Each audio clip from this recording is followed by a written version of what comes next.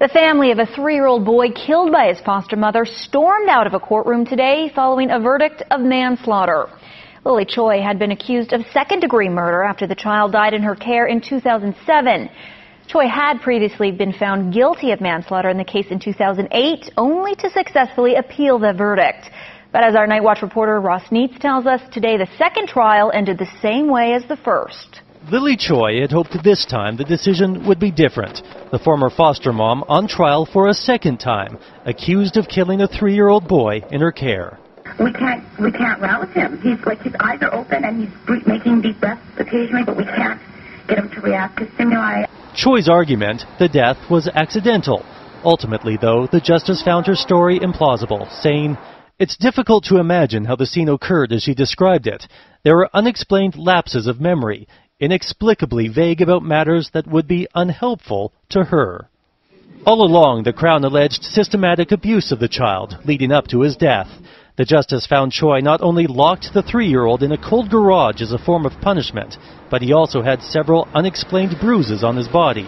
The child died one night after he was in the bathroom with his foster mother and suffered a severe blow to the head. Of this, the justice said, "The injury could not have occurred in the way Miss Choy described. The fall would have required much more force than in the scenario described by Miss Choy." While the justice believed Choy responsible for the death, she was not convinced the foster mother meant to kill the 3-year-old, reducing the verdict to manslaughter.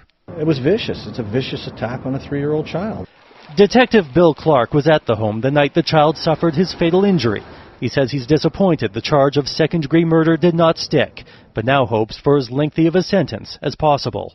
This was, in my opinion, a woman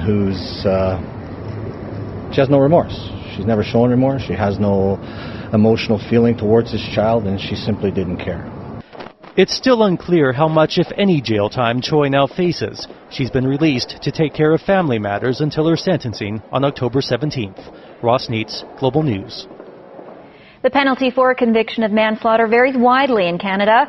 A judge may sentence a person convicted of manslaughter to any term deemed appropriate, from time served in the community to life in prison.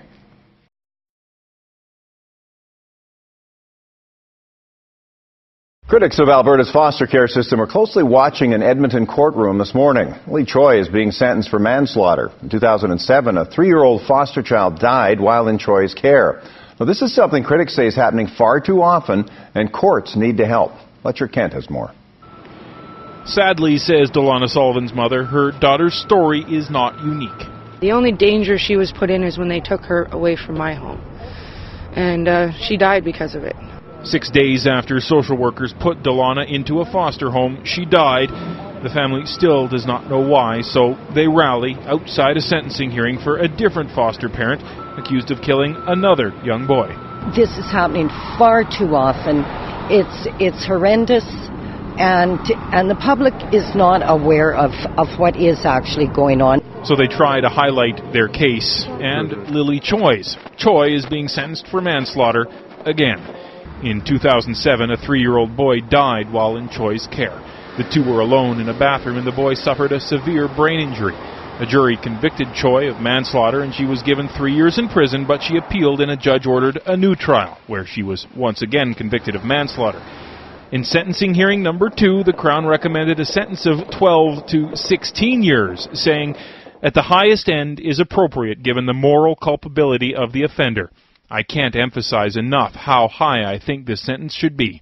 At the rally outside court, similar sentiments. The Sullivan family says the more kids who die, the clearer it becomes that stiffer sentences are needed, at least as a deterrent. In my opinion, Lily Choy should have to face the maximum sentence, not a slap on the wrist. It makes me very angry that people are doing these things to children like they're supposed to be protecting our kids. Fletcher Kent, Global News. The defense has not yet said what sentence it thinks would be appropriate. Choy's sentencing hearing continues on Friday afternoon.